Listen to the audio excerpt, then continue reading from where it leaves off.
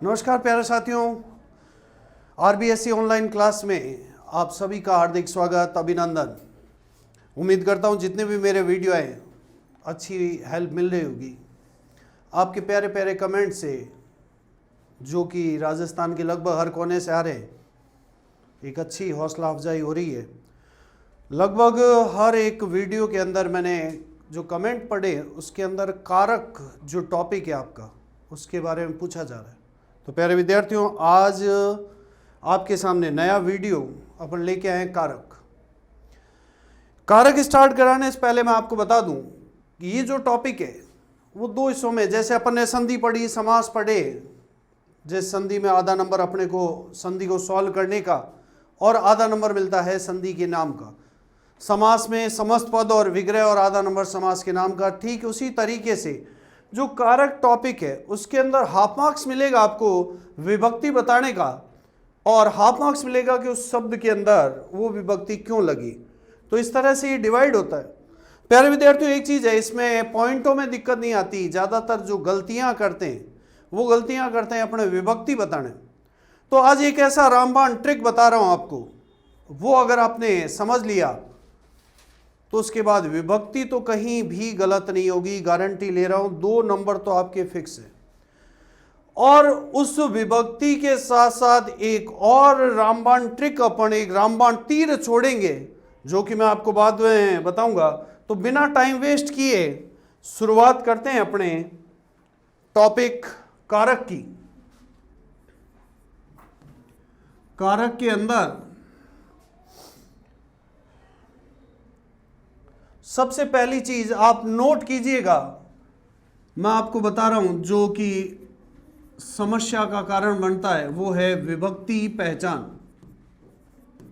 विभक्ति पहचान, ये जो एक पेज होगा वो आप ये समझ लीजिए इसकी कारक की रीढ़ की हड्डी है। मेरे प्यारे विद्यार्थियों, रीढ़ की हड्डी है। अगर आपने ये समझ लिया तो आप समझ लीजिए कारक पर आपकी पकड़ बन गई।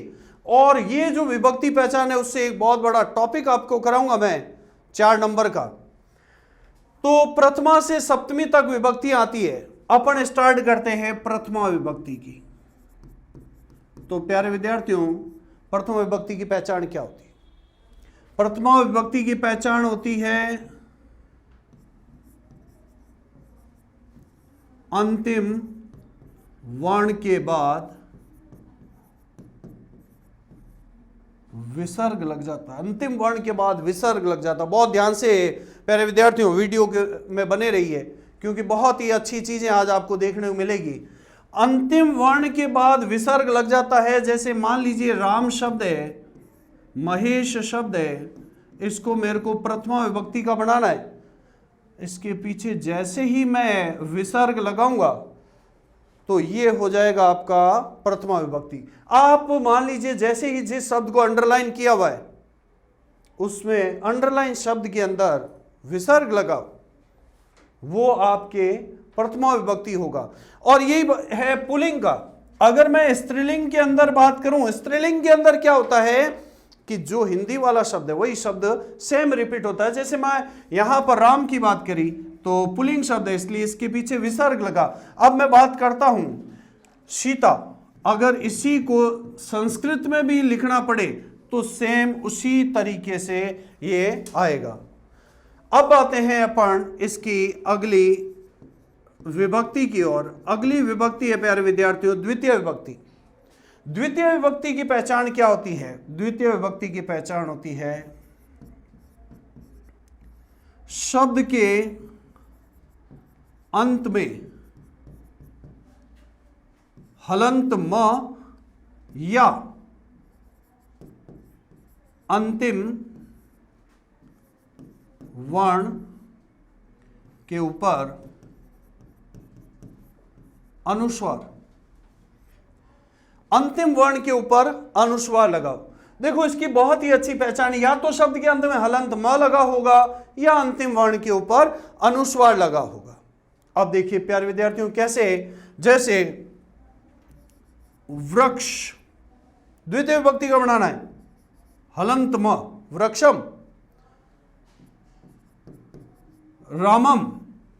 आप जैसे ही पेपर के अंदर मान लीजिए आ जाए, आप देखिए कि अंतिम वर्ण के ऊपर या तो अनुस्वार लगा हुआ या अंत में हलंत म लगा हुआ, बिना सोचे समझे एक ही विभक्ति लगानी है, वो विभक्ति है द्वितीय। अब आते हैं अपन नेक्स्ट विभक्ति की ओर। नेक्स्ट विभक्ति है अपनी तृतीय विभक्ति। तृतीय विभक्ति, इसमें प्यारे विद्यार्थियों पुल्लिंग और स्त्रीलिंग दोनों के प्रश्न पूछे जाते हैं। हर एक चीज ऐसी आपके सामने आएगी जो कि आपके टॉपिक से जुड़ी होगी, जो कि आपके लिए टॉपिक को समझने में और मार्क्स बनाने में हेल्पफुल होगी। वही चीजें मैं आपको इसमें बताऊंगा। तो तृतीय विभक्ति पुल्लिंग की पहचान होती है अंतिम वर्ण के ऊपर एक की मात्रा और अंत में न या ण जुड़ जाते हैं। अंतिम वर्ण के ऊपर एक की मात्रा और अंत में न या ण जुड़ जाते हैं। जैसे राम शब्द है, इसको तृतीय विभक्ति का बनाना है। अंतिम वर्ण म, एक की मात्रा। अब पीछे देखो, ये अपने को ध्यान रखना पड़ेगा, रामेण, जिसमें एन की ध्वनि निकले, एन की ध्वनि, वो तृतीय विभक्ति। जैसे मान लीजिए महेश शब्द है, इसको मेरे को तृतीय विभक्ति का बनाना, अंतिम वर्ण स पर एक की मात्रा और न, महेशेन, तो ये हो जाएगा आपका तृतीय विभक्ति। जिस शब्द के अंदर एन की ध्वनि निकले वो तृतीय विभक्ति होती है। अब अपने इसका स्त्रीलिंग पार्ट समझते हैं। स्त्रीलिंग पार्ट में क्या होता है प्यारे विद्यार्थियों कि शब्द के अंत में स्थित आ की मात्रा हटाकर, आ की मात्रा को क्या करना, हटाकर या जोड़ना है। विभक्ति पहचान ध्यान समझना। इसके बाद इससे एक और इस पिटारे में से एक तीर निकलना है जो कि आपके 4 नंबर का, ध्यान से समझिएगा। जैसे सीता शब्द है, अब मेरे को बनाना है इसका तृतीय विभक्ति। आ की मात्रा हटाऊंगा और ये लो, आ की मात्रा हटा दी, पीछे क्या जोड़ देंगे, या शीतया। यहां पर देखो किसकी ध्वनिया, एन तृतीय विभक्ति, अया तृतीय विभक्ति, है ना। तो अब ये हो गया आपका तृतीय विभक्ति। अब मैं आता हूं आपके चतुर्थी विभक्ति की ओर। चतुर्थी विभक्ति के अंदर एक वचन और बहुवचन के प्रश्न आते हैं। चतुर्थी विभक्ति एक वचन की पहचान होती है मेरे प्यारे विद्यार्थियों कि शब्द के अंत में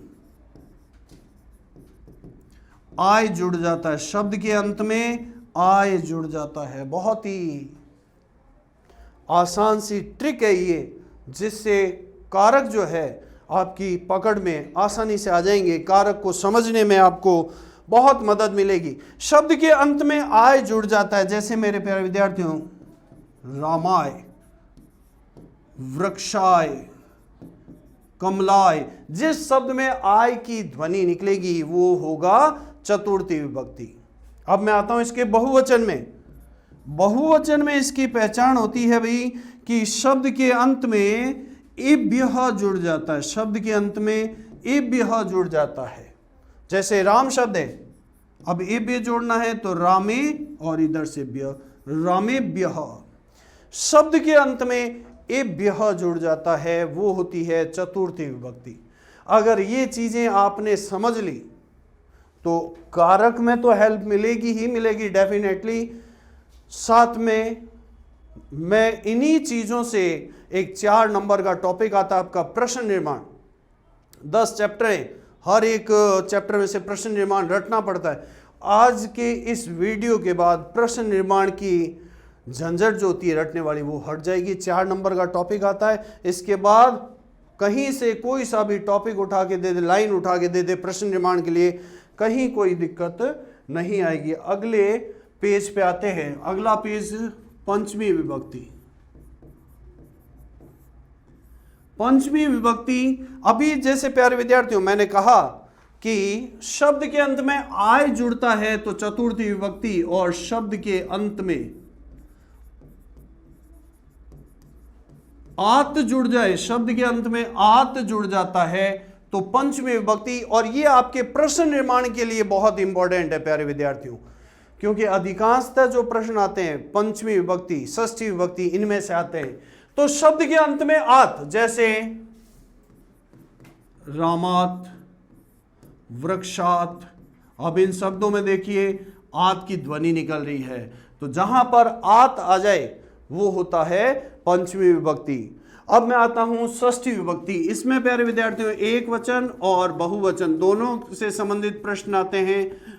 तो षष्ठी विभक्ति एक वचन की पहचान होती है शब्द के अंत में श जुड़ जाता है, शब्द के अंत में श जहां पर आ जाए वो षष्ठी विभक्ति एक वचन होता है। जैसे रामस्य,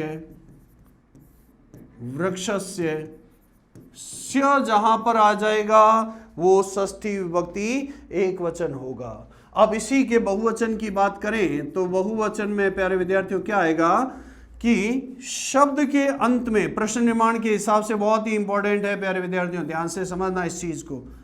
शब्द के अंत में नाम या फिर णाम, नाम या णाम जुड़ जाता है। जैसे वृक्षाणाम, साधु नाम। तो जैसे ही आप देखोगे नाम या णाम आया तो वो होगा षष्ठी विभक्ति बहुवचन। अगर ये वीडियो आपने अच्छे से देख लिया तो 8 नंबर आपके कहीं नहीं जाने, गारंटी ले रहा हूं, क्योंकि 4 नंबर का आपके आएगा कारक और 4 नंबर के आएंगे प्रश्न निर्माण। फिर आते हैं अपन अंतिम विभक्ति की ओर। अंतिम विभक्ति है अपनी सप्तमी विभक्ति। पहले विद्यार्थियों इसमें सप्तमी विभक्ति एक वचन की अगर मैं बात करूं तो एक वचन में क्या आता है, एक वचन की पहचान होती है अंतिम वर्ण के ऊपर एक की मात्रा, अंतिम वर्ण के ऊपर एक की मात्रा। जैसे रामे, वृक्षे, अंतिम वर्ण के ऊपर एक की मात्रा आ जाए वो होगा आपके सप्तमी विभक्ति एक वचन। और बहुवचन की बात करूं तो होगा कि शब्द के अंत में एशु जुड़ जाएगा, एशु, शब्द के अंत में एशु जुड़ जाएगा। जैसे रामेशु, वृक्षेशु। तो जहां पर शब्द के अंत में एशु जुड़ जाएगा वो होगा आपके सप्तमी विभक्ति। ये हो गई आपके प्रथमा से सप्तमी तक की पहचान। अगर आपने ये चीजें याद कर ली तो कारक और प्रश्न निर्माण आपकी उंगलियों पे नाचेंगे। कैसे? अभी मैं आपको प्रश्न निर्माण की ट्रिक बताता हूं। आप अलग से हेडिंग डाल लीजिए प्रश्न निर्माण। अब इन्हीं विभक्ति पहचान से जो कि आपके कारक के लिए इंपॉर्टेंट है, उन्हीं से मैं प्रश्न निर्माण समझाता हूं। इसके लिए आते हैं अपन वापस बीती हुई दुनिया में। बीती हुई दुनिया क्या कह रही थी कि प्रथमा विभक्ति की पहचान होती है कि अंतिम वर्ण के ऊपर, अब मैं समझा रहा हूं पहले प्रश्न निर्माण। प्रथमा विभक्ति की पहचान क्या होती है कि भाई अंत में विसर्ग लगता है। तो जहां पर प्रथमा विभक्ति पुल्लिंग हो वहां पर हमेशा प्रश्न जो बनेगा वो कह से। जैसे रामः कह, महेशः कह। अब अगर अपन बात करें इसके स्त्रीलिंग की, जैसे कि मैंने बताया सेम रूप जो कि पुल्लिंग, जो हिंदी वाला शब्द है सेम संस्कृत में आ जाता है। तो अगर स्त्रीलिंग का शब्द आ जाए प्रथमा विभक्ति में, इसमें प्रश्न हमेशा का से बनेगा, हमेशा का से बनेगा। तो ये अगर आपको पहचान याद होगी तो उसके बाद प्रश्न निर्माण में कहीं कोई ट्रिक नहीं, दिक्कत नहीं आएगी। आप 10 के 10 चैप्टर उठा के देख लेना, हर एक जो प्रश्न निर्माण है वो इन्हीं ट्रिक से बनेगा।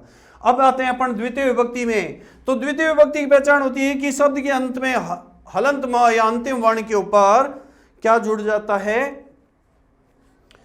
अनुस्वार। तो अगर इसकी बात करें तो मैं बताऊं इसके अंदर यदि पुल्लिंग शब्द है, पुल्लिंग शब्द के अंदर हमेशा प्रश्न बनेगा कम से, और इसका प्रयोग भी बहुत कम ही होता है। आपने देखा होगा कि बहुत रेयर चांस में कम शब्द से प्रश्न बनते हैं। अगर अपन बात करें स्त्रीलिंग या नपुंसकलिंग की, इसमें प्रश्न बनता है किम से। ये जो है इसका इंपॉर्टेंट पार्ट है। अगर स्त्रीलिंग या नपुंसकलिंग शब्द है तो प्रश्न बनेगा किम से। अगली पहचान की ओर आते हैं। अगली पहचान है अपनी तृतीय विभक्ति की। तृतीय विभक्ति देखिए, पुल्लिंग की मैंने पहचान बताई, एक की मात्रा और न या अण, यानी कि ध्वनि निकली एन, रामेन, महेशेन, एन की ध्वनि जहां निकलेगी वहां होगा तृतीय विभक्ति। एन यानी कि प्रश्न बनेगा केन से। एन प्रश्न बनेगा केन से। अब आते हैं अपन चतुर्थी तृतीय विभक्ति की स्त्रीलिंग की ओर। इसमें आ की मात्रा हटाकर या यानी कि अया, अया यानी कि प्रश्न बनेगा आपके कया से। अया है तृतीय विभक्ति स्त्रीलिंग, प्रश्न बनेगा कया से। अब मैं आता हूं चतुर्थी विभक्ति। चतुर्थी विभक्ति की पहचान होती है आय। जहां पर चतुर्थी विभक्ति आ जाए, जैसे रामाय, वृक्षाय, चतुर्थी विभक्ति जहां पर आ जाए वहां हमेशा प्रश्न बनेगा कस्मई से। चतुर्थी विभक्ति एक वचन के अंदर प्रश्न बनेगा कस्मई, और बहुवचन की पहचान होती है एभ्यः, तो प्रश्न बनेगा केभ्यः से। एभ्यः यानी कि केभ्यः से। अब अगले अपन विभक्ति की बात करें, ये आपका इंपॉर्टेंट पार्ट है प्यारे विद्यार्थियों, पंचमी और षष्ठी विभक्ति प्रश्न निर्माण के हिसाब से। तो पंचमी की पहचान होती है आत। आत तो प्रश्न बनेगा कस्मात। आपने देखा होगा चैप्टर के अंदर इस तरह के बहुत सारे प्रश्न अपने को मिलते हैं। आत यानी कि कस्मात। अब अपन बात करते हैं षष्ठी विभक्ति। षष्ठी विभक्ति एक वचन। एक वचन की पहचान क्या है प्यारे विद्यार्थियों? श्य। श्य होगा जहां पर आपको प्रश्न बनाना है श्य में कस्य से। श्य कस्य। षष्ठी विभक्ति एक वचन में प्रश्न बनेगा श्य यानी कि कस्य से। अब आते हैं बहुवचन में। बहुवचन की पहचान होती है नाम या नाम। तो नाम या नाम यानी कि प्रश्न बनेगा केशाम। नाम या नाम से प्रश्न बनेगा केशाम से।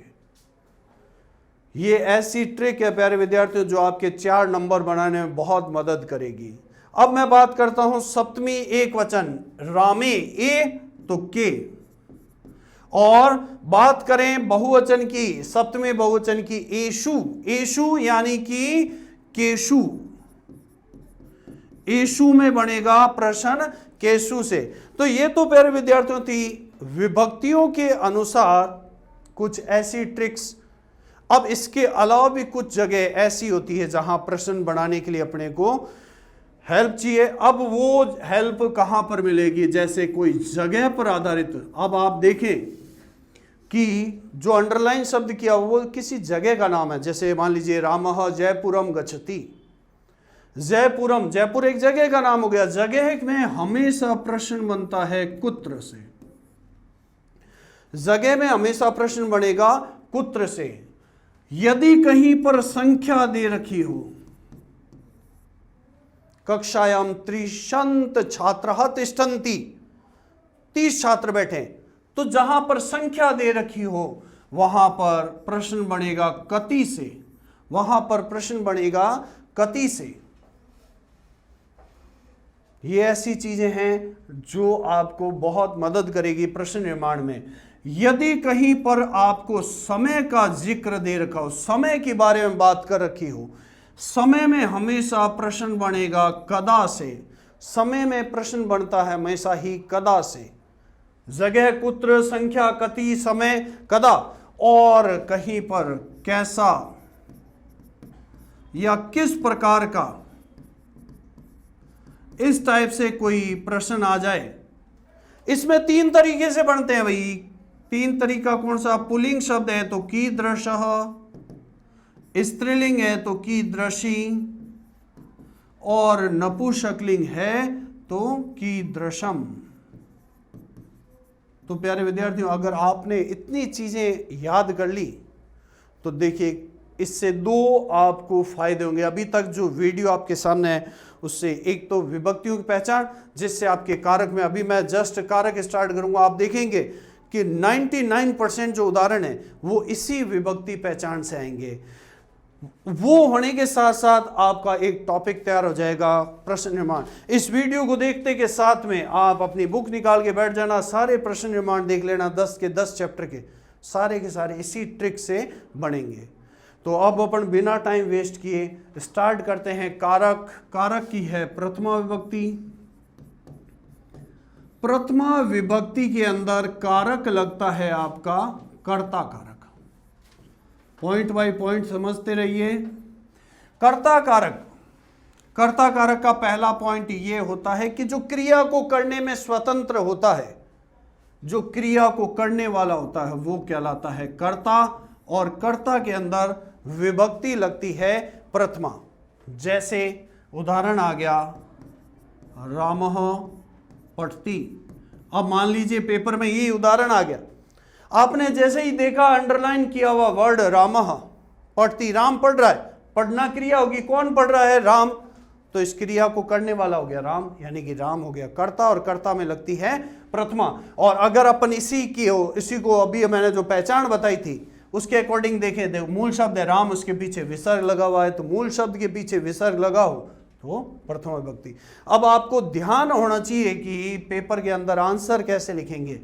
इसमें प्रथमा विभक्ति है, अब आधा नंबर तो ये मिलेगा, तो आप इसका आंसर फ्रेम करेंगे।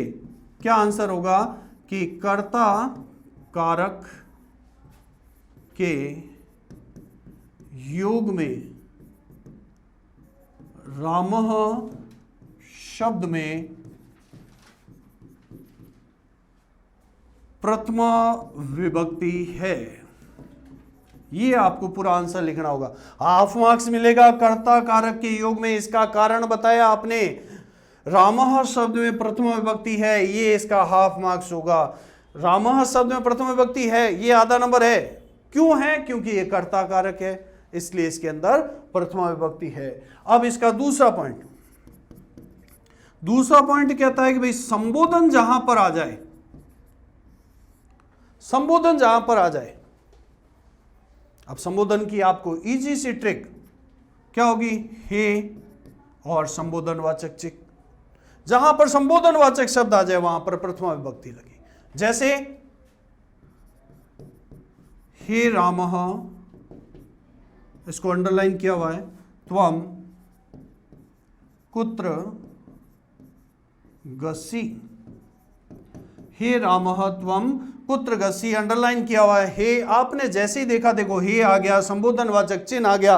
तो ये जब चीजें आएगी तो आपको पता होना चाहिए कि संबोधनवाचक चिन्ह, और संबोधनवाचक चिन्ह जहां पर होता है वहां पर प्रथमा विभक्ति लगती है। अब इसका आंसर क्या निकलेगा? इसमें प्रथमा विभक्ति है, क्यों है? क्योंकि ये संबोधनवाचक चिन्ह। तो आंसर होगा कि संबोधनवाचक शब्द के योग में हे रामः शब्द में प्रथमा विभक्ति है। अब तीसरे पॉइंट की ओर आते हैं। तीसरा पॉइंट ये है, इसका इंपॉर्टेंट पॉइंट है कि कर्मवाच्य के कर्म में प्रथमा विभक्ति लगती है। कर्मवाच्य के कर्म के अंदर प्रथमा विभक्ति लगती है।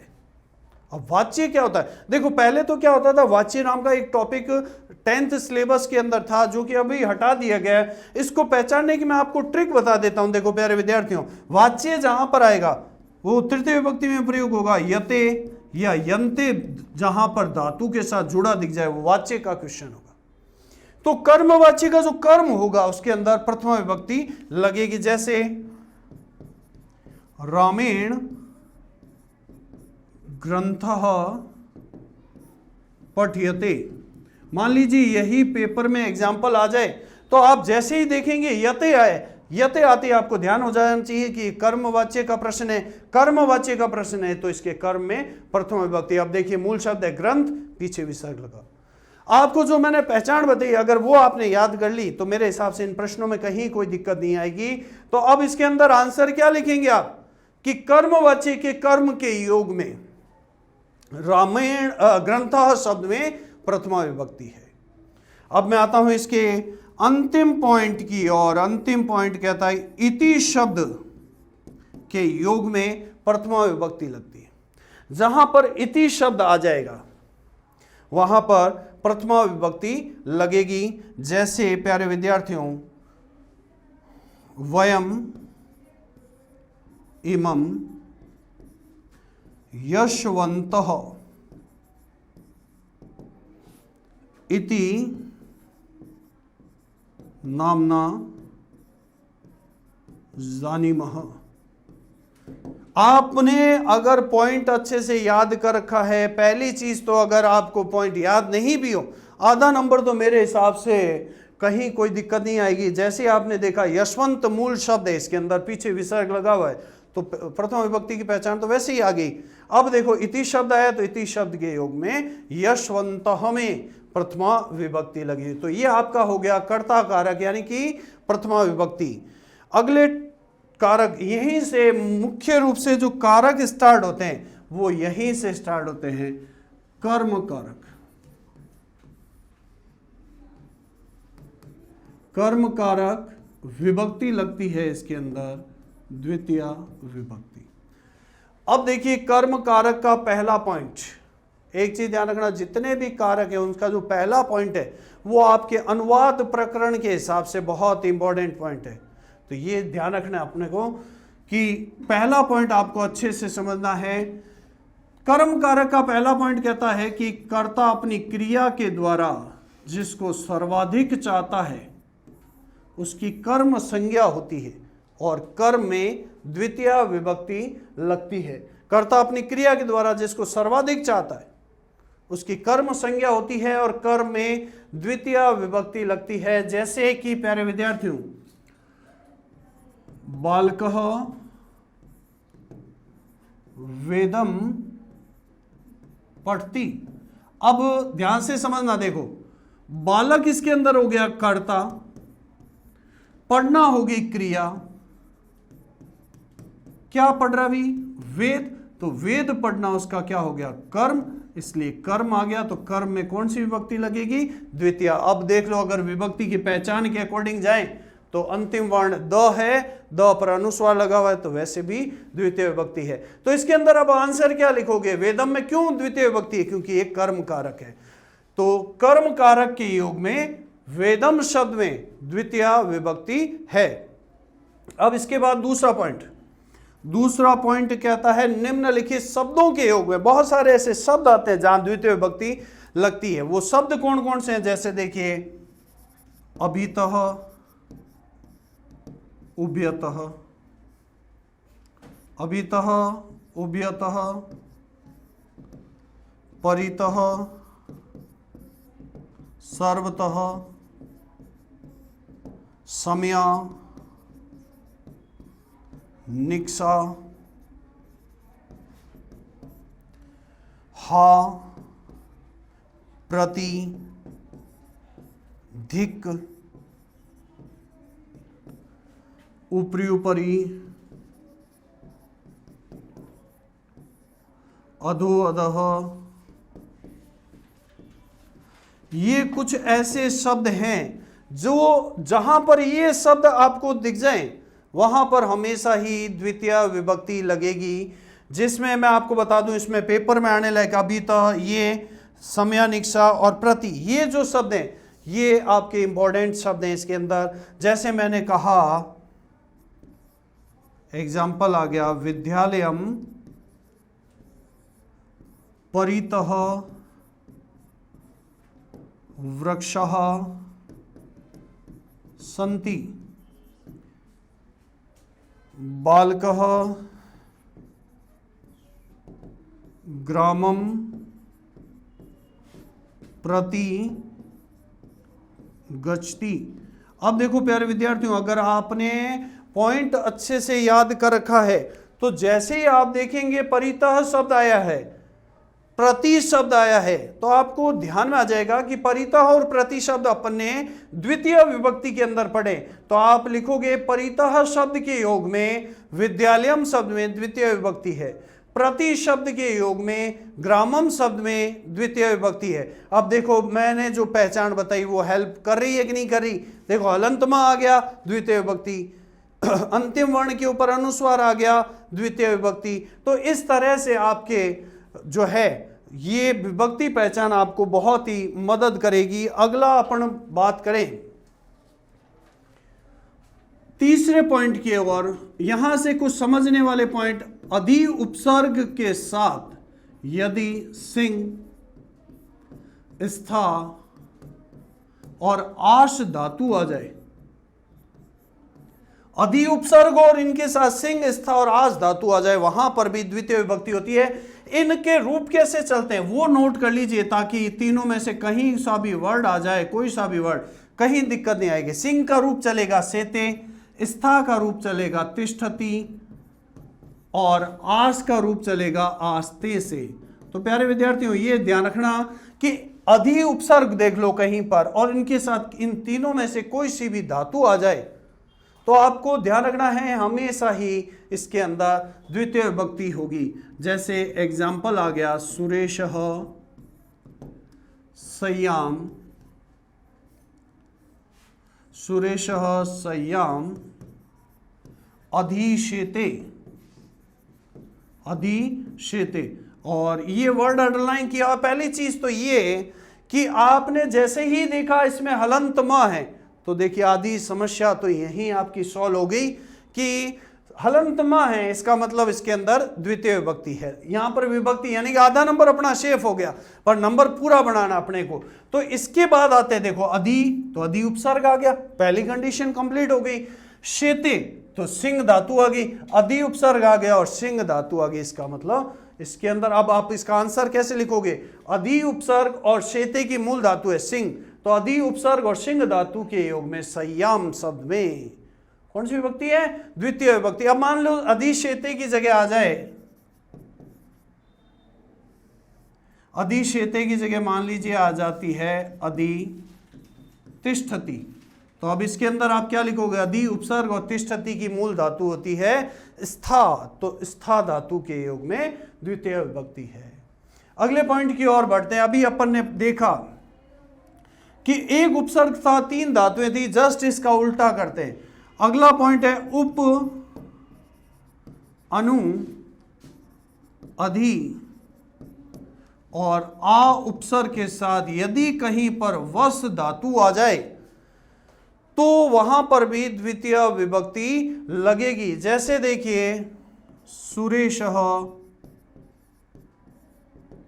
जयपुरम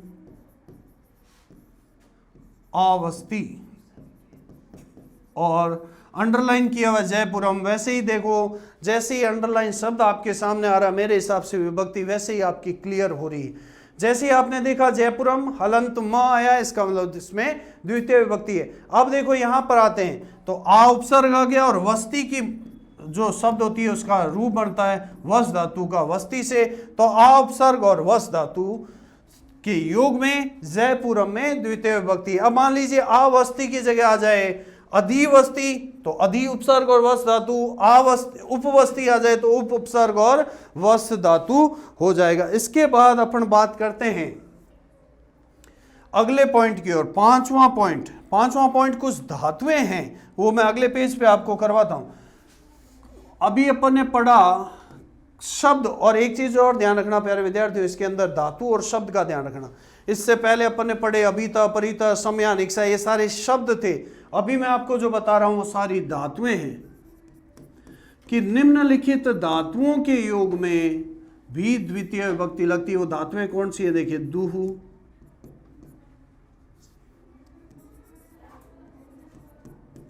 याच, पच, दंड, रुद्र, प्रक्ष,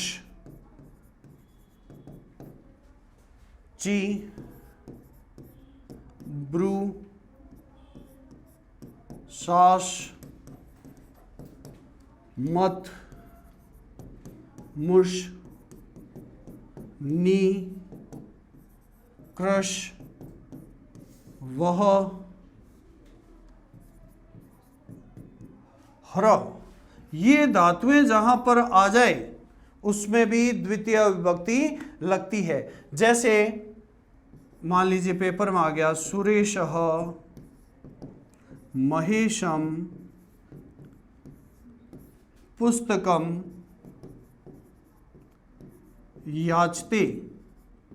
अब मान लो महेशम अंडरलाइन किया, वैसे तो क्लियर होगी कि इसमें द्वितीय विभक्ति, अब अपने को पूरा नंबर बनाना है।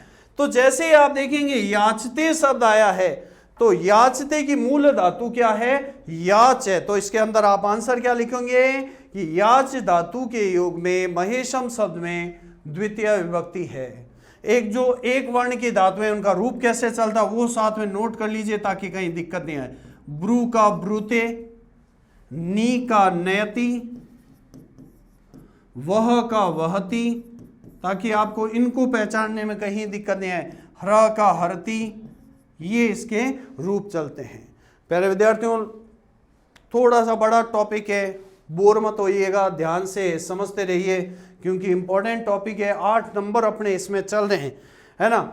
अगले टॉपिक और अगला और लास्ट पॉइंट आपका आता है इसके अंदर, वो ये कि कालवाचक, ये इसका इंपॉर्टेंट पॉइंट है, कालवाचक और मार्गवाचक शब्दों के योग में भी द्वितीय विभक्ति लगती है। कालवाचक और मार्गवाचक शब्दों के योग में द्वितीय विभक्ति लगती। काल मतलब क्या होता है? समय।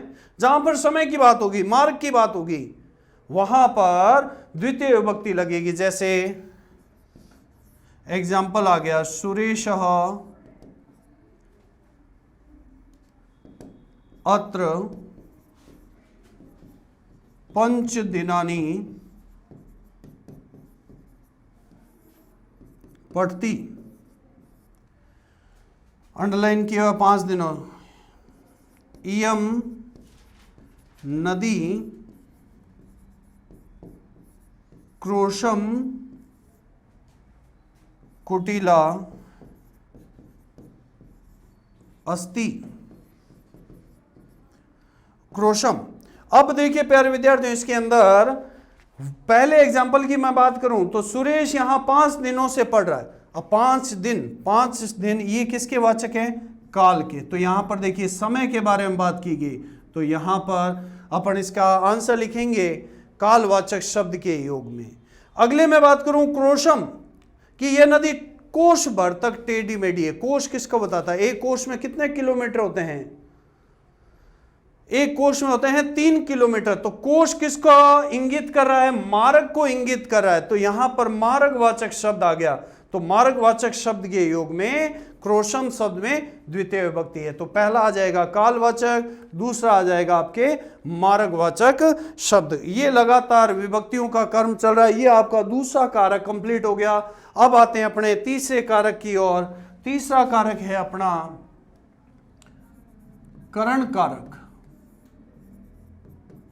और करण कारक में विभक्ति लगती है तृतीय विभक्ति। करण कारक में विभक्ति लगती है तृतीय। पहली चीज ये, पहला पॉइंट इसका, मैंने आपको पहले भी कहा है कि किसी भी कारक का पहला पॉइंट आपको हेल्प करेगा अनुवाद प्रकरण में। तो प्यारे विद्यार्थियों, एक चीज ध्यान रखना कि जहां पर करण कारक किसको कहते हैं कि क्रिया की सिद्धि में जो सहायक साधन होता है,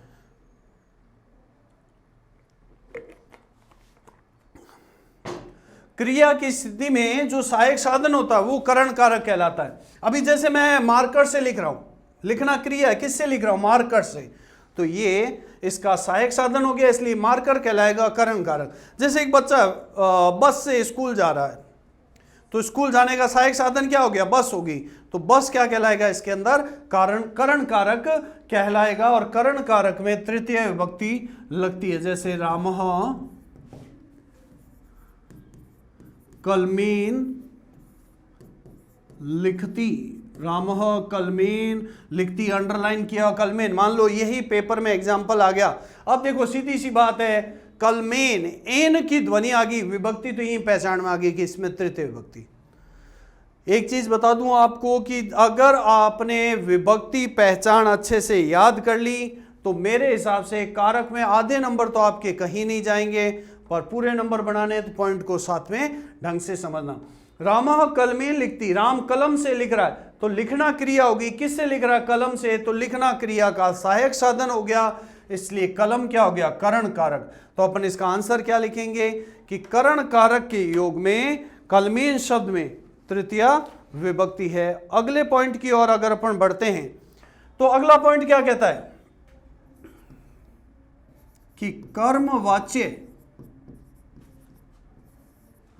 और जो भाववाच्य उसके कर्ता के अंदर तृतीय विभक्ति लगी। अभी मैंने आपको थोड़ी देर पहले जब अपन प्रथमा विभक्ति कर रहे थे उस समय मैंने आपको बताया कि वाच्य की पहचान क्या होती है।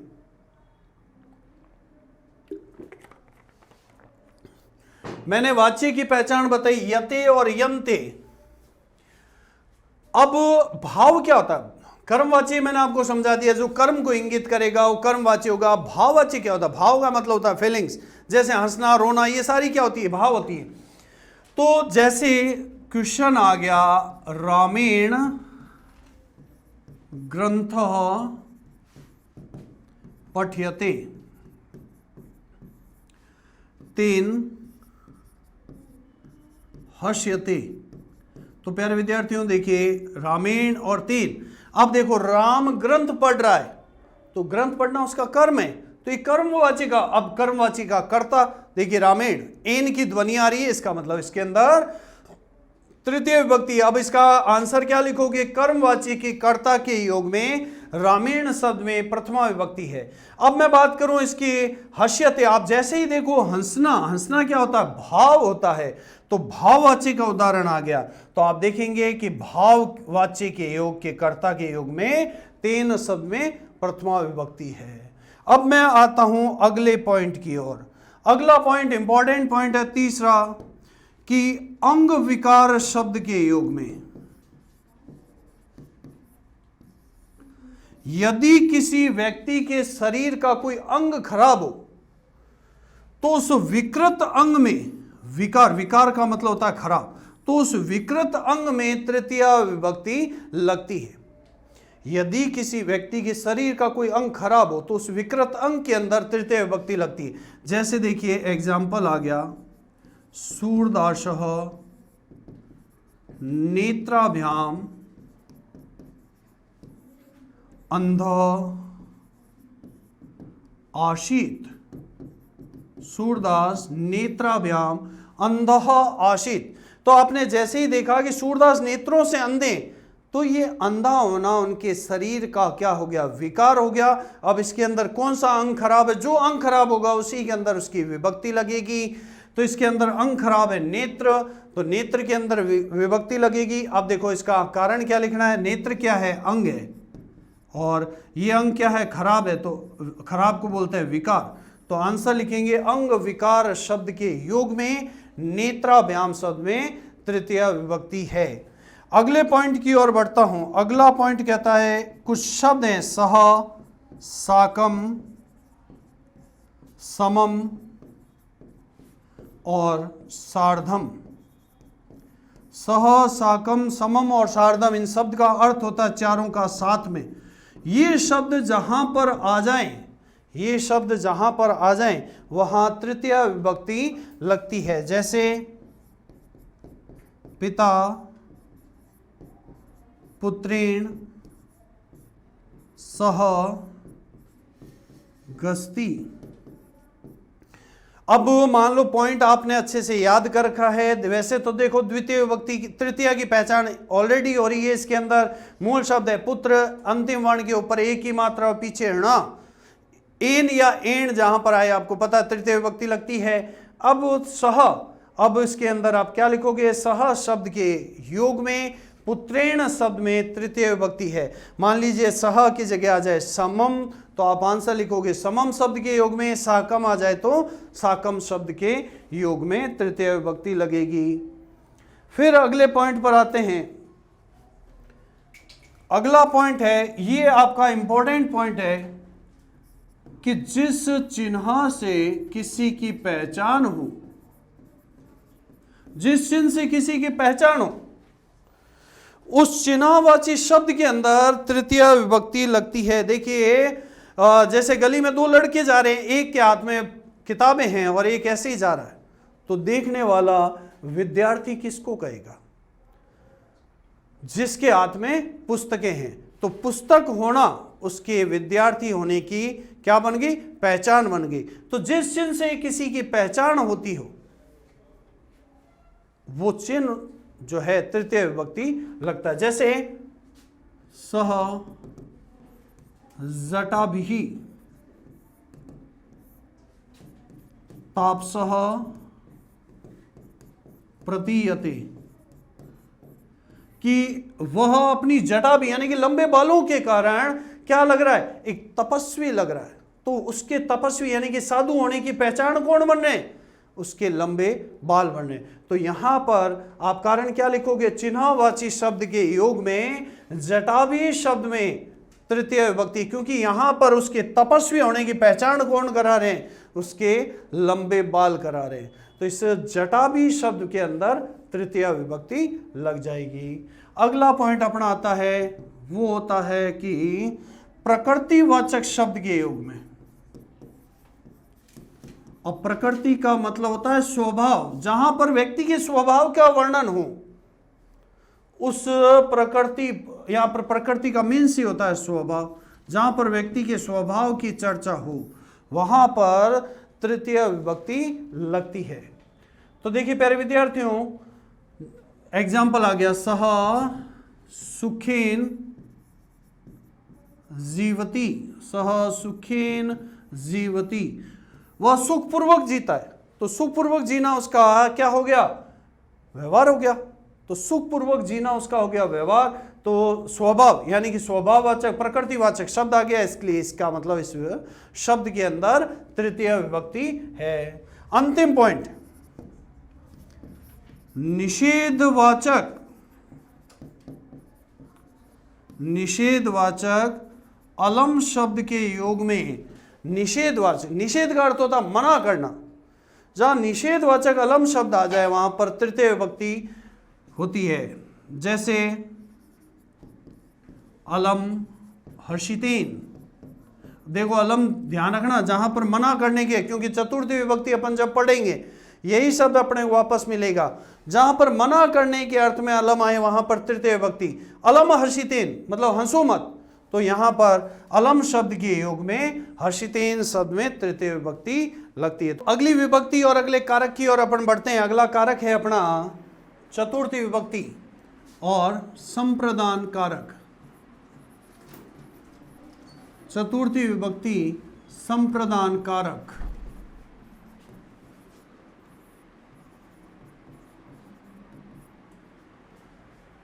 संप्रदान कारक चतुर्थी विभक्ति के लिए पहला पॉइंट आता है, संप्रदान कारक में चतुर्थी विभक्ति लगती है। अब संप्रदान कारक होता क्या है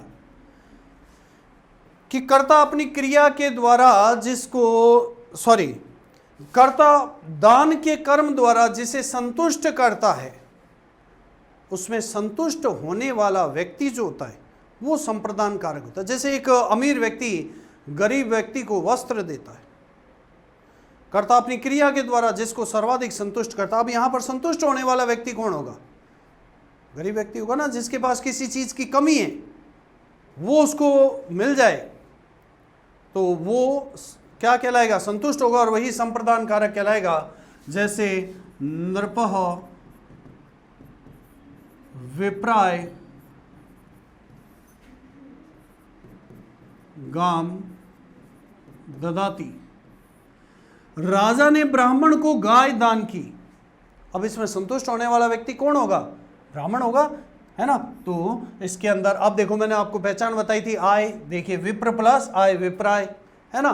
तो चतुर्थी विभक्ति इसके अंदर है, और कारण क्या है? संप्रदान कारक के योग में, संप्रदान कारक के योग में चतुर्थी विभक्ति है। अगला जो पॉइंट है वो है कुछ शब्द हैं। वो शब्द कौन से हैं? नमः, स्वस्ति, स्वाहा, स्वधा, अलम और वसट,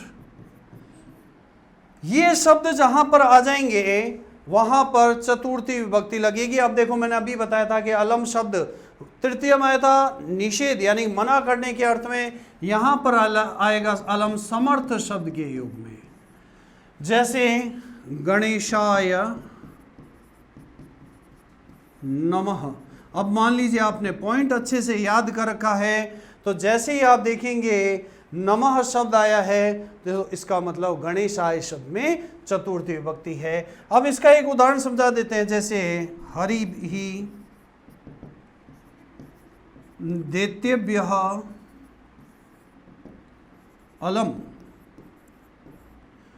तो अब इसका अर्थ क्या देखो, ईश्वर दैत्यों को मारने में, राक्षसों को मारने में अलम मतलब समर्थ है, और वहां पर अलम हर्षिदेन यानी हंसो मत, मना करने के अर्थ में था। तो जहां पर समर्थ अर्थ में अलम आएगा वहां चतुर्थी विभक्ति, निषेध अर्थ में अलम आएगा वहां पर तृतीय विभक्ति। इनमें से जो शब्द आएगा वही उसका कारण बन जाएगा। बस इसमें आप क्या लिखोगे कि नमः शब्द के योग में गणेशाय में तृतीय विभक्ति है। अगले पॉइंट की ओर बढ़ते हैं अपन। अगला पॉइंट क्या कहता है, तीसरा, रुच धातु के योग में जिसको जो वस्तु अच्छी लगे उसमें चतुर्थी विभक्ति लगती है। जैसे भक्ताय रामायणम रोचते, भक्तः रामायणम रोचते। आप और अंडरलाइन किया हुआ देखो, अंडरलाइन बाद में समझाऊंगा, पहली चीज ये है, यहां आ जाओ देखो, रोचते मूल धातु आ गई रुच। तो अगर आपने पॉइंट याद कर रखा है तो सीधा सा आप देखेंगे रुच धातु के योग में, रुच धातु के योग में यहां पर सीधा सा आप आ जाए, रुच धातु आ गई, इसका मतलब इसका। अब रामायण किसे अच्छी लगती है, पॉइंट क्या कहता है, जिसे जो वस्तु अच्छी लगती है। यहां पर रामायण किसको अच्छी लगती है, भक्त को अच्छी लगती है, इसलिए भक्त के अंदर चतुर्थी विभक्ति। जैसे बालकाय मोदकः रोचन्ते। देखो रुच धातु, अब यहां पर आप सोचोगे रोचते या रोचनते, इसका कारण रामायण एक वचन है, मोदका यानी कि लड्डू बहुवचन है, बहुवचन में रोचनते। तो यहां पर रोचनते की मूल धातु क्या आ गई, रुच आ गई। और लड्डू किसे अच्छे लगते हैं, बालक को अच्छे लगते हैं, इसलिए बालक के अंदर चतुर्थी विभक्ति आ जाएगी और इसका कारण हो जाएगा आपके रुच धातु के योग में। अब देखिए अभी अपन ने पॉइंट पढ़ा था नमः स्वस्ति स्वाहा स्वधा, ये सारे शब्द थे। अगला पॉइंट मैं बता रहा हूं वो है आपके जो है धातु, वो कौन सी धातु है, वो है देखिए क्रुद्ध, द्रुह, ईर्ष्य और असूय। ये चार धातुएं जहां पर आ जाए वहां पर चतुर्थी विभक्ति लगती है। जैसे पिता पुत्राय क्रुध्यति, पिता पुत्राय क्रुध्यति। अब आपने जैसे ही देखा क्रुद्ध धातु आ गई तो इसका मतलब इस शब्द में कौन सी विभक्ति है, चतुर्थी विभक्ति। तो आप क्या लिखोगे, क्रुद्ध धातु के योग में पुत्राय शब्द में चतुर्थी विभक्ति है। अगला है पांचवा पॉइंट, स्प्रह धातु के योग में, स्प्रह धातु के योग में कर्ता का जो इच्छित पदार्थ होता है उसके अंदर चतुर्थी विभक्ति लगती है। जैसे बालकः पुष्पाय स्पृहयति, बालकः पुष्पाय स्पृहयति। अब आप जैसे ही देखोगे स्पृहयति, इसका मतलब इसकी मूल धातु क्या है, स्पृह। तो आप लिखोगे स्पृह धातु के योग में पुष्पाय शब्द में चतुर्थी विभक्ति है।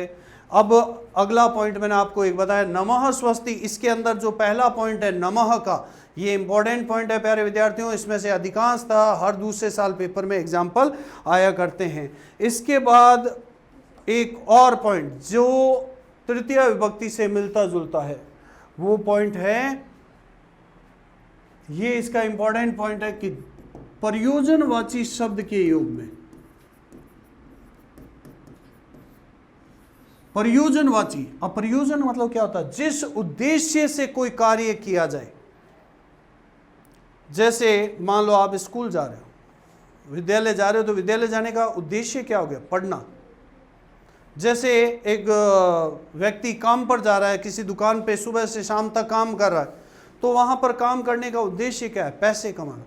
तो जो उद्देश्य से कोई कार्य किया जाए वो उस उद्देश्य के अंदर चतुर्थी विभक्ति लगती है। जैसे शिशु दुग्धाय क्रंदन्ति, एक छोटा बच्चा जो है वो दूध के लिए रो रहा है, तो यहां पर उसके रोने का प्रयोजन क्या है? दूध, है ना। तो शिशु दुग्धाय क्रंदन्ति, जहां पर प्रयोजनवाची शब्द आ जाए वहां पर चतुर्थी विभक्ति लगती है। एक अंतिम पॉइंट, निम्नलिखित धातुओं के योग में, अब धातुएं कौन सी है? कथ्य, उपदेश और निवेद्य, ये 4 धातुएं जहां पर आ जाएं वहां पर, सॉरी 3 धातुएं जहां पर आ जाएं वहां चतुर्थी विभक्ति लगती है। जैसे पिता पुत्राय कथयति। अब आपने जैसे ही देखा कथ्य धातु आई है, इसका मतलब इसके अंदर चतुर्थी विभक्ति है। तो आप आंसर क्या लिखोगे? कथ्य धातु के योग में पुत्राय शब्द में चतुर्थी विभक्ति है। ये हो गया आपका चतुर्थी विभक्ति। अगले कारक की ओर बढ़ते हैं। अपना है अगला कारक अपादान कारक। अपादान कारक में विभक्ति लगेगी आपके पंचमी विभक्ति। पंचमी विभक्ति पहला पॉइंट होता है अपादान कारक। अपादान कारक में पंचमी विभक्ति लगती है। अब अपादान कारक क्या होता है? जब किसी स्थिर ध्रुव से कोई वस्तु अलग हो जाती है, जब किसी स्थिर ध्रुव से कोई वस्तु अलग हो जाए, तो जो स्थिर वस्तु होती है, जैसे छत से पंखा लगा हुआ है, अब उस पंखे को वहां से हटा दें तो पंखा छत से क्या हो जाएगा? अलग। पर छत अपनी जगह क्या रहेगी? स्थिर। तो छत कहलाएगी अपादान कारक। इसका एक उदाहरण है जो कि कई बार पेपरों में आया हुआ है, वृक्षात पत्रम पतति। वृक्ष से पत्ते गिरे, तो पत्ते गिरे इसका मतलब वृक्ष से पत्ते अलग हो गएंगे, परंतु वृक्ष तो अपनी जगह क्या रहेगा? स्थिर रहेगा। तो इसलिए वृक्ष क्या कहलाएगा? अपादान कहलाएगा। तो अपादान कारक के युग में वृक्षात शब्द में पंचमी विभक्ति लगेगी। अब अगला इसका दूसरा पॉइंट है कि भय अर्थ वाली और रक्षा अर्थ वाली धातुओं के योग में जिससे भय लगे या जिससे रक्षा करनी हो वहां पर पंचमी विभक्ति लगती है। जैसे बालकः सिंहात बिभेति, नृपः नृपः दुष्टात् रक्षति। तो पहला पॉइंट है, देखो बालक शेर से डरता है, तो यहां पर भय अर्थ वाली, यानी कि किससे डर लग रहा है? शेर से। तो यहां पर विभक्ति किस में लगेगी? शेर में। राजा दुष्टों से रक्षा करता है, तो यहां पर किससे रक्षा करने की बात हो रही है? दुष्टों से। तो दुष्टों शब्द में पंचमी विभक्ति लगेगी। अगला पॉइंट आता है अपने तीसरा, कि जिनसे नियम पूर्वक विद्या ग्रहण की जाए, जिनसे नियम पूर्वक विद्या ग्रहण की जाए, उनमें उन गुरुजनों में षष्ठी विभक्ति लगती है। जैसे छात्रः उपाध्यायात् अधीते, यानी कि छात्र उपाध्यायात यानी कि गुरु से, अधीते मतलब ज्ञान ग्रहण करता है। तो यहां पर विभक्ति किसमें लगेगी? गुरु के अंदर, क्योंकि नियम पूर्वक विद्या किससे ग्रहण की जा रही है? गुरु से ग्रहण की जा रही है। इसलिए नियम पूर्वक विद्या ग्रहण करने के योग में उपाध्यायात शब्द में पंचमी विभक्ति लगती है। अगला पॉइंट है, कुछ धातुएं हैं। धातुएं क्या है? जुगुप्सा, विराम और प्रमाद धातु के योग में पंचमी विभक्ति लगती है। जुगुप्सा, विराम और प्रमाद धातुएं जहां पर आ जाए उसमें पंचमी विभक्ति लगती है, जैसे सह, पापात, जुगुप्सते, कि वह पाप से घृणा करता है। तो जैसे ही आप देखोगे जुगुप्सते, यानी कि मूल धातु क्या होगी इसकी, जुगुप्सा धातु। एक चीज और ध्यान रखना प्यारे विद्यार्थियों, जुगुप्सते लिख दिया तो गलत हो जाएगा, मूल धातु लिखनी है इसकी। मूल धातु है इसकी जुगुप्सा, इसलिए जुगुप्सा धातु के योग में पापा शब्द में पंचमी विभक्ति। अब जुगुप्सा की जगह मान लो आ जाए विरमति, तो विराम धातु के योग में, और प्रमादति आ जाए तो प्रमाद धातु के योग में पापा शब्द में पंचमी विभक्ति है। अगले पॉइंट की ओर बढ़ते हैं। अगला पॉइंट कहता है कि भू धातु के योग में, भू धातु के योग में कर्ता का जो उत्पत्ति स्थान होता है, इसके अंदर नदियों से संबंधित प्रश्न आते हैं कि जो नदी जहां से निकलती है उसका उद्गम स्थान में पंचमी विभक्ति लग जाती है, जैसे गंगा, हिमालयात, प्रभवती। तो आप देखिए पहली बात तो भू की धातु आ गई भवती, तो यहां पर कारण मिल गया कि गंगा हिमालय से निकलती है। अब विभक्ति किस में लगेगी, तो गंगा हिमालय से निकलती है, तो हिमालय उसका उत्पत्ति स्थान यानी कि उद्गम स्थान हो गया, इसलिए हिमालय के अंदर पंचमी विभक्ति लगेगी और कारण क्या हो जाएगा, भू धातु हो जाएगा। इसी तरीके का अगला 7वां पॉइंट है जन धातु के योग में। जन धातु के योग में कर्ता का जो कारण होता है, उस कारण के अंदर पंचमी विभक्ति, और जन का अर्थ होता है उत्पन्न होना, जन का अर्थ होता है आपके उत्पन्न होना, जैसे कामात, क्रोधः, जायते। ये उदाहरण कई बार पेपरों में आया हुआ है। पहली चीज तो यहां पर आ जाएगी ये जायते, इसकी मूल धातु है जन, तो आंसर आधा आपको यहां मिल गया कि जन धातु है। काम से क्रोध की उत्पत्ति होती है, यानी कि अगर इच्छाओं से क्रोध की, जैसे आपने कोई इच्छा अपने घर वालों के सामने जाहिर की, वो इच्छा पूरी नहीं हुई, तो एक बार के लिए क्या आएगा, क्रोध आएगा। तो उस समय क्रोध के उत्पन्न होने का कारण क्या था, वो इच्छा थी, है ना। तो यहां पर जन धातु के योग में कामात शब्द के अंदर पंचमी विभक्ति है। कोई भी कारण, कोई भी कार्य जिस कारण से उत्पन्न हो रहा है, यहां क्रोध के उत्पन्न होने का कारण क्या था, काम यानी कि इच्छाएं थी, तो यहां पर कामात शब्द में आपके हो जाएगा पंचमी विभक्ति। अगले पॉइंट की ओर बढ़ते हैं। अगला पॉइंट है कि नीलीय धातु के योग में, नीलीय धातु के योग में कर्ता जिससे छिपने का प्रयास करता, छुपम छुपाई वाला खेल आ जाएगा इसमें, कि जिससे छिपने का प्रयास करता है उसके अंदर पंचमी विभक्ति हो जाएगी, जैसे कृष्णः मातुः निलीयते। प्यारे विद्यार्थियों एक चीज ध्यान रखना, निलीयते आ गया, इसका मतलब मूल धातु आ गई नीली है। अब देखो कृष्ण माता से छिपने का प्रयास कर रहा, विभक्ति किस में आएगी कि किससे छिप रहा है, माता से, तो इसके मतलब हो जाएगा माता के अंदर पंचमी विभक्ति आएगी।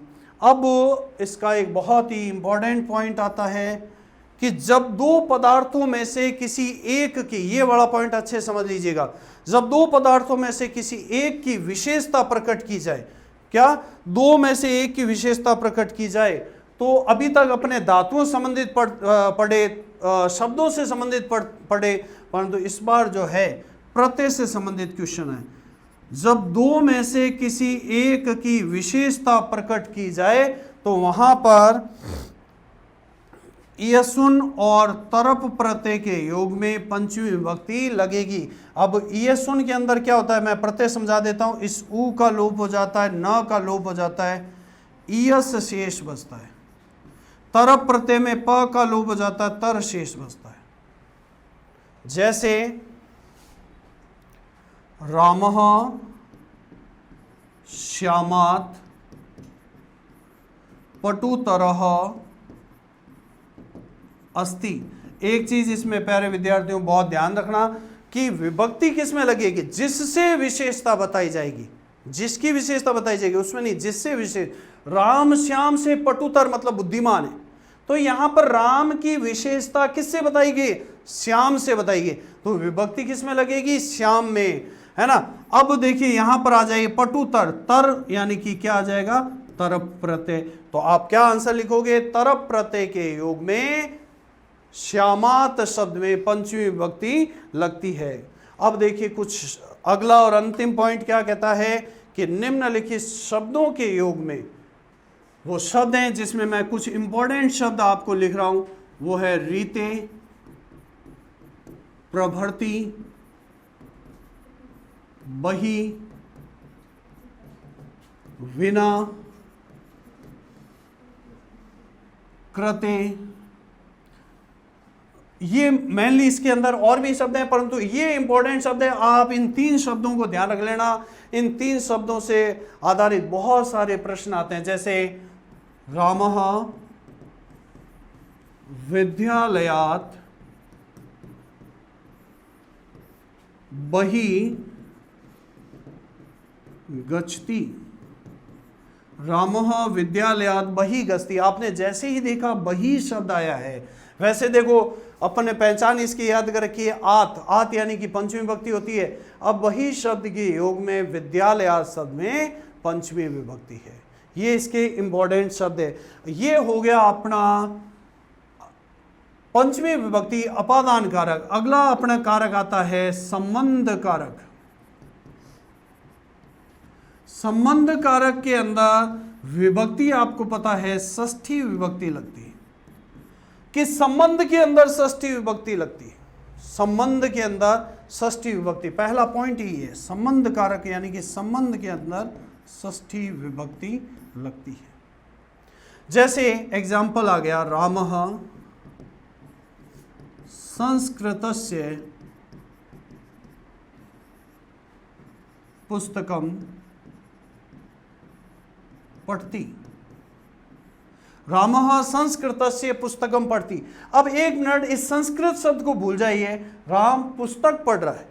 अब वो कोई सी भी पुस्तक पढ़ सकता है, हो सकता है वो मैथ पढ़ रहा हो सकता है विज्ञान पढ़ रहा हो सकता है वो सामाजिक पढ़ रहा हो, परंतु यहां पर उसने क्या लिखा? राम संस्कृत की पुस्तक पढ़ रहा है। तो इस पुस्तक और संस्कृत का क्या हो गया? संबंध हो गया। कौन सी पुस्तक पढ़ रहा है? संस्कृत की ही पुस्तक पढ़ रहा है। तो यहां पर संबंध कारक के योग में क्या हो जाएगा?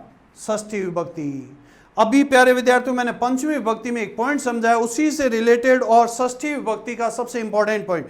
अभी मैंने पंचमी विभक्ति में कहा कि 2 में से किसी एक की विशेषता बताई जाए, तब ईयसुन और तरप प्रत्यय के योग में पंचमी विभक्ति। अब जब बहुत सारों में से किसी एक की, जैसे मैंने कहा कक्षा में सभी छात्रों में से राम बुद्धिमान है, अब सारे छात्रों में से एक को बुद्धिमान बताए। जहां बहुत सारों में से किसी एक की विशेषता बताई, तो जिससे विशेषता बताई जाए वहां षष्ठी और सप्तमी। अब देखिए ये ध्यान रखना, अभी तक अपन ने जितने पॉइंट पढ़े, एक कारण में एक विभक्ति लगती थी, परंतु इस बार कारण एक है, विभक्तियां 2 है। तो इसमें आपको हेल्प करेगी जो मैंने विभक्तियों की पहचान बताई। इस बार क्या है कि पॉइंट कह रहा है कि जब बहुत सारों में से किसी एक की विशेषता बताई जाए, वहां स्थन और तमप प्रत्यय के योग में षष्ठी अथवा सप्तमी विभक्ति लगती है। षष्ठी भी लग सकती है, सप्तमी भी लग सकती है। कैसे? जैसे मैंने लिखा कवि नाम, ये इंपॉर्टेंट उदाहरण है, कई बार पेपरों में आया हुआ है। कवि नाम कालिदासः श्रेष्ठ। पहले मैं इन प्रत्ययों को समझा देता हूं। देखो जहां पर श और ठ आ जाए वहां स्थन प्रत्यय होगा, जहां पर प का लोप हो गया तम आ जाए वहां तम प्रत्यय होगा। अब आपने देखा कवियों में कालिदास श्रेष्ठ है। अब सारे कवियों में से एक कालिदास को श्रेष्ठ बताया गया है, तो यहां पर जो किससे विशेषता बताई जा रही है? कालिदास की अन्य कवियों से विशेषता बताई जा रही, तो विभक्ति लगेगी कवि नाम में। अब यहां पर देखिए स और ठ आ गया, तो इसका मतलब स्थन प्रत्यय है। अब यही प्रश्न कवि नाम की जगह क्या आ सकता है? कवि शु भी आ सकता है।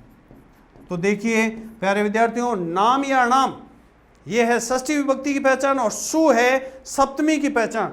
तो प्यारे विद्यार्थी एक चीज ध्यान रखना, कवि नाम आ जाए कारण वही है, स्थन प्रत्यय के योग में कवि नाम में षष्ठी विभक्ति है। कवि शु आ जाए तो यही कारण होगा। और इस बार कारण क्या हो जाएगा कि इष्ठन प्रत्यय के योग में कवि शु में सप्तमी विभक्ति है। कारण एक है, विभक्ति दो है। अगला इसी तरह का एक प्रश्न है। अगला प्रश्न पॉइंट कहता है कि तुल्यवाची,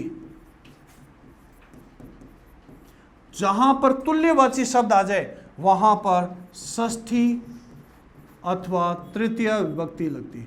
अब देखो, अभी तक अपन ने पढ़ा कि विशेषता बताना। विशेषता में क्या होता है, एक को दूसरे से श्रेष्ठ बताया जाता है, और तुलना हमेशा समान व्यक्तियों, समान वस्तुओं के बीच में होगी। तो जहां पर तुल्यवाची शब्द आ जाए वहां षष्ठी हो सकता है और तृतीय भी हो सकता है। जैसे रमेशः महेशस्य तुल्यः अस्ति। रमेशः महेशस्य तुल्यः अस्ति। पहली चीज, ये तुल्य शब्द आते ही आपको ध्यान आ जाना चाहिए कि या तो इसमें षष्ठी लगेगी या तृतीय।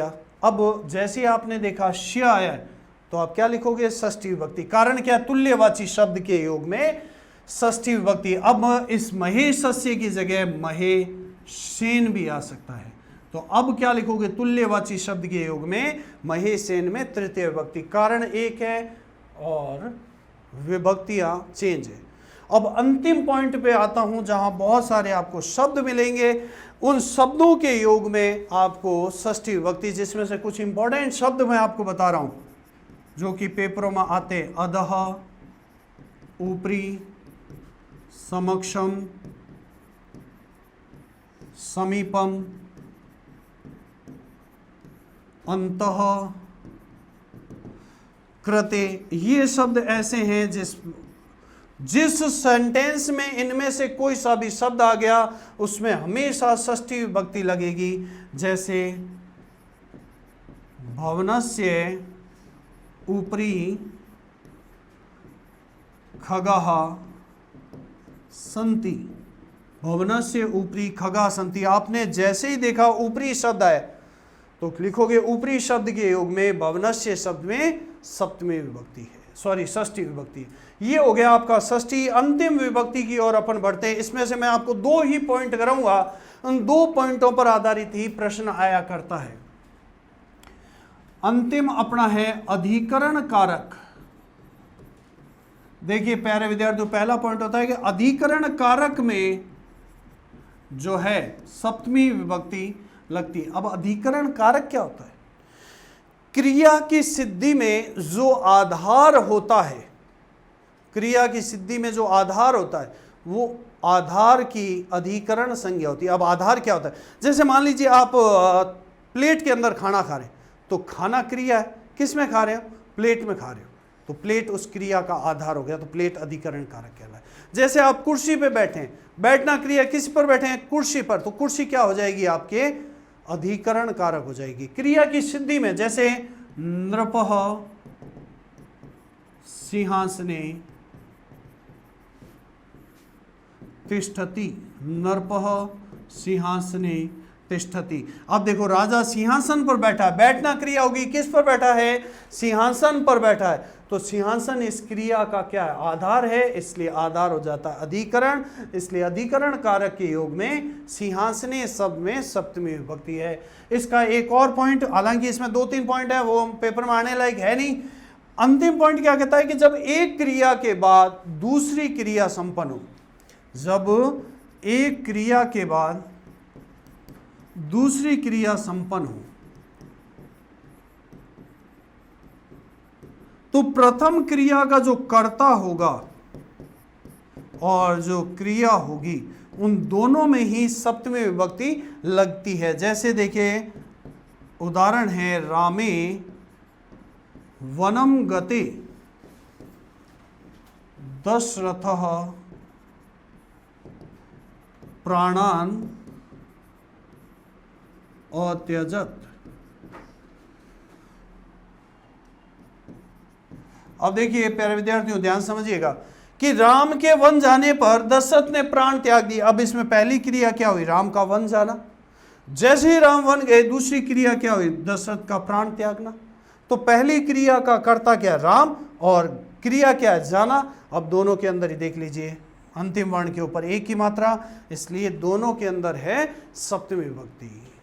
तो प्यारे विद्यार्थियों, ये आपका एक बहुत ही इंपॉर्टेंट टॉपिक कारक कंप्लीट हो गया, जिसमें मैंने इस वीडियो में आपको प्रश्न निर्माण की भी ट्रिक बताई है, कारक की एक शॉर्ट ट्रिक बताई है। वो अगर आपको विभक्तियों पहचान याद होगी तो मेरे हिसाब से कारक में कहीं कोई दिक्कत नहीं आई होगी। उम्मीद करता हूँ वीडियो अच्छा लगा होगा, इससे आपको आपके पेपर के अंदर पूरी हेल्प मिलेगी। वीडियो में अंत तक बने रहने के लिए बहुत बहुत धन्यवाद।